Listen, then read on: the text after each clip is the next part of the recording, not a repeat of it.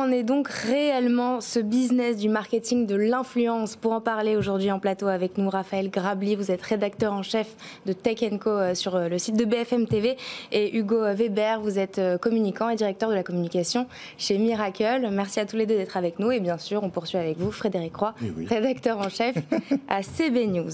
Ma première question s'adresse à vous, Hugo Weber. Est-ce qu'on ne fait pas un peu semblant de découvrir les abus, les usages négatifs de ce business avec les polémiques qui se passent en ce moment?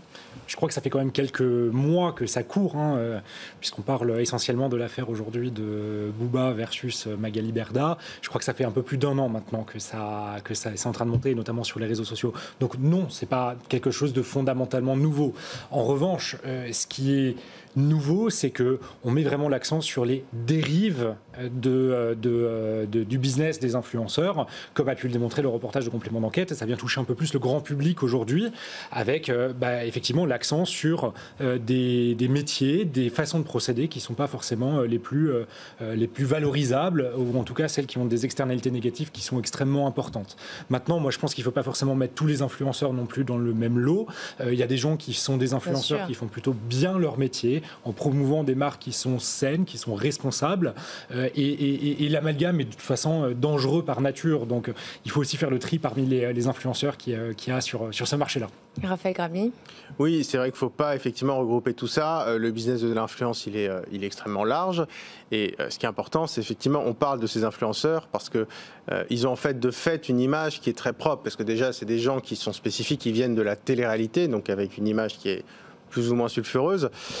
Et la preuve finalement, c'est que les marques qui s'associent à ces influenceurs, c'est des marques en général qu'on connaît peu. C'est bien tout le problème, mais finalement, les grandes marques vont jamais aller voir ces influenceurs. Et je ne parle pas forcément des marques de luxe d'ailleurs. Les marques de luxe, elles vont faire déjà de la campagne plus classique, même de la campagne, j'ai envie de dire, publicitaire, sans influence vraiment de la campagne de l'achat d'espace sur Instagram. C'est très rare chez les marques de luxe, en propre, j'ai envie de dire. Mais même les marques grand public vont aller chercher des influenceurs qui ont une image très différente. Et effectivement, mais qui vivent du métier de l'influence, qui font les choses, entre guillemets, j'ai envie de dire, plus sérieusement. Puis il y a des créateurs de contenu exactement, et qui ont un univers et qui créent un contenu identifié et identifiable. C'est-à-dire qu'on va pouvoir segmenter un influenceur. Aujourd'hui, pour une marque, si je regarde, je vends, peu importe, je ne sais pas, un smartphone ou peu importe un nouveau produit, si je veux aujourd'hui m'adresser à un public, l'influenceur tel qu'on en parle, l'influenceur de télé-réalité, il est très flou, il représente un peu tout et rien. On va forcément aller s'adresser vers des influenceurs qui répondent à certains critères. Je veux lancer un produit écolo, je vais aller vers tel type d'influenceur. Je veux lancer un produit un peu branché, je vais aller vers tel type d'influenceur. Et donc effectivement, c'est un morceau de ce marché-là qui n'est pas forcément le plus reluisant, mais j'ai envie de dire, ça a au moins le mérite de rappeler quand même, déjà, il faut quand même le rappeler, la passivité des plateformes, parce qu'on a beaucoup parlé des agences, alors des influenceurs, des vendeurs des produits, des agences, mais tout ça, ça se passe quand même, on va dire, essentiellement sur Instagram. Or, Instagram a des règles très précises qui sont totalement bafouées par ces influenceurs. Donc Instagram, évidemment, il y a des signalements, il y a des tas d'arnaques, donc il y a des signalements. Instagram en a conscience et ils ne font rien. Donc il y a un moment, si on veut vraiment essayer d'améliorer l'image du marché de l'influence, du business de l'influence, il faut aussi un peu aller chercher du côté des plateformes. Ouais, j'allais y venir, parce que comment on fait pour limiter ces débordements finalement, vu qu'il ne se passe pas grand-chose de la part de la plateforme?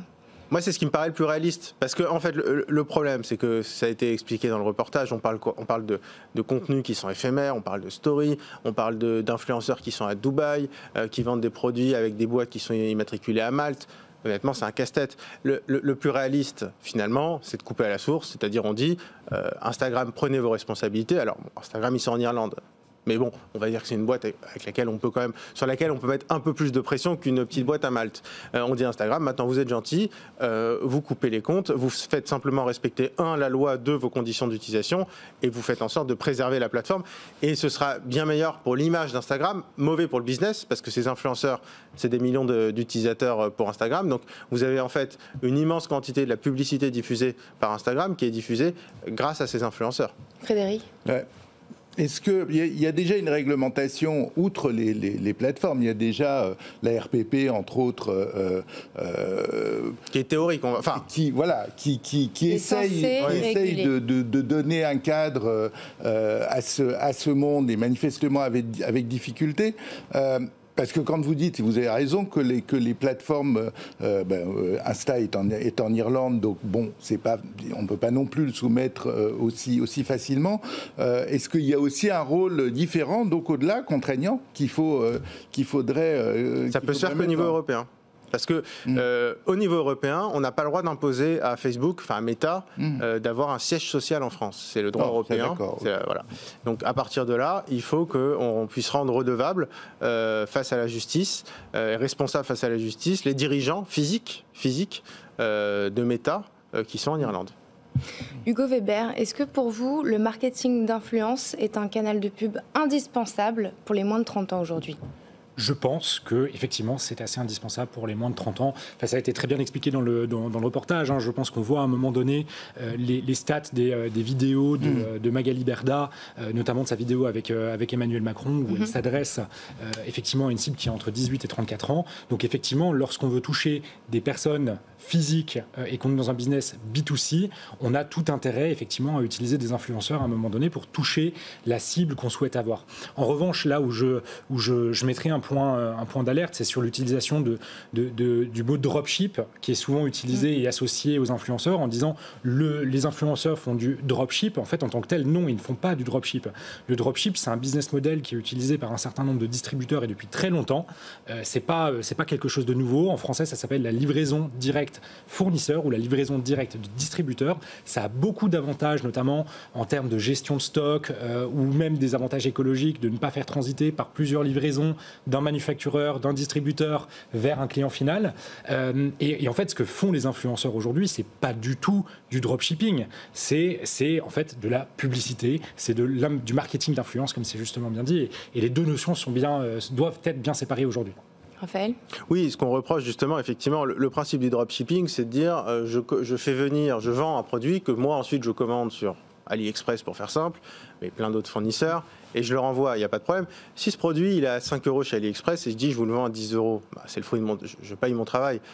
Le problème des influenceurs, et ce qu'il leur reprochait légalement, c'est de dire ce produit qu'eux connaissent, donc ils connaissent le prix qui est à 5 €, je vais dire que je le fais à 30 € au lieu de 70 €. Là, évidemment, il y a une tromperie. Ça, c'est puni par la loi. Donc, c'est pas le concept, effectivement. Il y a un peu un abus de langage parce que, en soi, le dropshipping n'est pas illégal. Et d'ailleurs, il peut être effectivement. Ça existe déjà dans la réalité. Avec mais même d'ailleurs, quand il est fait intelligemment, il y a des économies de stock. Donc, ça peut permettre, de faire baisser les coûts pour le consommateur final. Et puis, quand on est en face d'un vrai industriel qui fait du dropshipping, là, il y a un principe de curation, de confiance. C'est-à-dire qu'on a, peu importe, une grande marque qui va faire du dropshipping.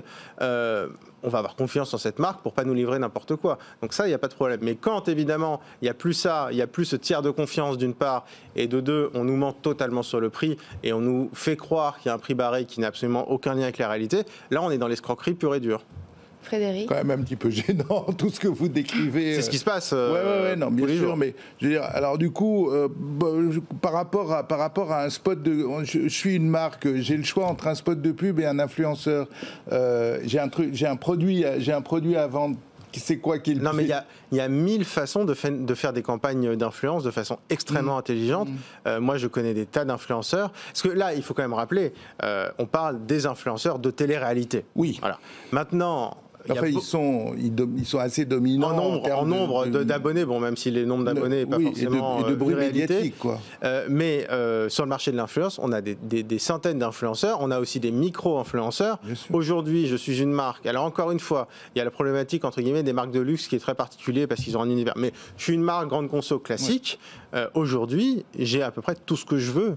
C'est-à-dire, en fait, finalement, chaque influenceur correspond à une tonalité d'une publicité qu'on ferait à la télé ou ou peu importe, ou sur le web. Donc, l'offre en influenceurs, elle est très importante, mais d'influenceurs sérieux qui font les choses sérieusement. Il y en a énormément. Simplement, il y a ce problème des influenceurs de télé-réalité qui sont starisés. et qu'on va retrouver régulièrement sur les réseaux sociaux. Mais l'offre d'influence, aujourd'hui, il y a clairement la place pour faire du marketing d'influence de façon totalement réglo, on va dire. Merci beaucoup, Raphaël Grabli. Vous êtes rédacteur en chef de l'émission Tech & Co à retrouver sur le site de BFM TV. Et merci Hugo Weber, vous êtes communicant et directeur de la communication chez Miracle.